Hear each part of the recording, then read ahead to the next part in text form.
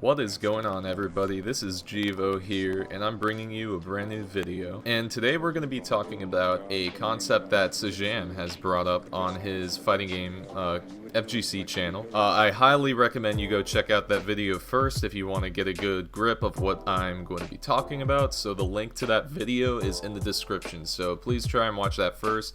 Big shout outs to him. I love the video and I love his content. Go and sub to that man, he puts in the work. We're going to be going in depth about mental stack, just giving a quick overview, and then we're going to try and apply it into what it means for Smash terms. So inside a tweet from Adam Hart, he made a tweet that originated on how his friend didn't want to play fighting games because of his reaction time. However, in this tweet, he specifies how all fighting games are designed around the same human reaction time limits, and the issue isn't the ability to react, it's the ability to prioritize what is most important in the game. This is what is called mental stack. Ultimately, your experience with the game is what will determine your mental stack ability. And the next idea is how the depth of decision space and the number of important decisions reflect on how hard a game is or its stack works. So for example, Sam Show would be a game with a very low mental stack, mainly because of the damage output and how quick the games just happen. It's a very fast-paced game. So, where does this put Smash on the spectrum of difficulty? And in my opinion, I would say this puts it around the middle or high area, mainly because that there are a lot of matchups where there is a good amount of room for counterplay, and there are a lot of things you need to keep inside your mental stack for those type of matchups. But then on the other hand, there will be matchups that are around 70-30, because let's put in the example Ganon Pika. You're going to have little to nothing to reduce your mental stack to other than trying to run away and get away from Pikachu. So there's a lot of things that you have to put into perspective with the game and matchup wise, sometimes even stages, but that's a whole nother topic to go into. So with that, let's talk about how to reduce the mental stack.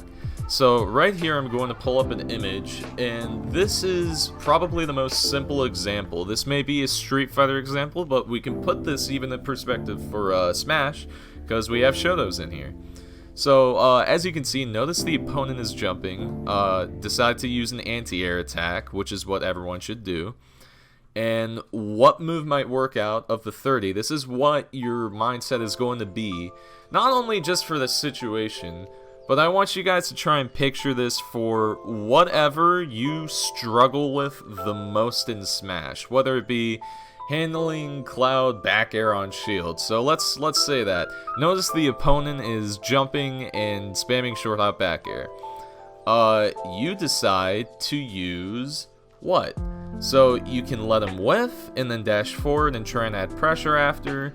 You can try and air to air him because he's short hopping in the air and not committing to a back air first off, so you need to get in the zone. Or you can try and gain stage control from that. So it's really up to labbing, but going back into the main topic, which move might work out of the 30, remember the input for the move, and then majority of the time, the first time you're going to try and do these things, so you're trying to whiff punish his bear, you're going to get kicked in the face for doing that. And as hurtful as it is in Smash, with online and practicing right now, this is going to happen a lot more. So it's something you're going to need to get used to, and once you accept this, you'll really get over it. So, you know, we progress forward. Notice the opponent is jumping. Which move might work out of the 6 because you've lowered that stack. You've lowered your mix-ups. You know what you can do now. You remember how to do it faster, and you finally succeed. And then finally, you know, you progress forward. You go for heavy punch. You want to go for maybe a lower commitment anti-air instead. And thus, we're where we are right now. So a better example, to put it into a Shoto perspective, and this can apply for other characters as well, for air-to-airs, It's kind of what I brought up earlier with Cloud. You see an opponent jumping, and they are always landing with an aerial.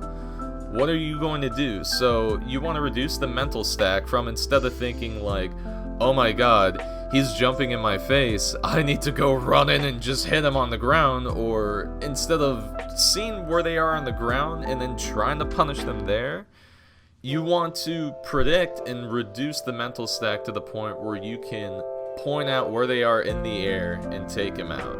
For another big example, and this will be the last example, there are people who will struggle in the Sonic matchup. Now, there's some characters who have almost little to no space to really work with to whiff punish.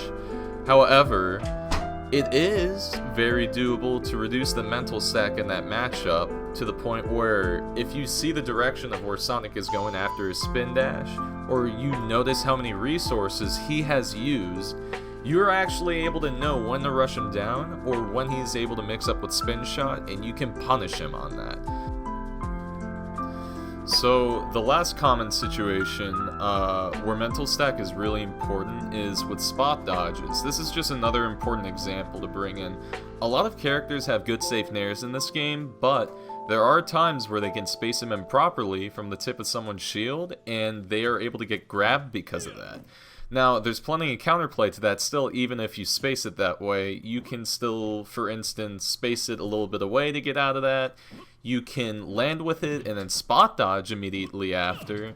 There's a lot of safe options for this. Some cases you have a tilt that's so quick that you can beat their grab before with your tilt. In this instance, with spot dodges are great for dodging one-hit attacks. It's really good to dodge disjointed aerials sometimes as well. Really, the whole point of this video is to try and get you to get out of your comfort zone and really accept the mistakes you're making and grow off of them, because experience is what's going to make you the best in the end of the day, not just random granted success you get from the start. But other than that, I hope you all enjoyed the video. Make sure to like, share it, and other than that, thanks for watching.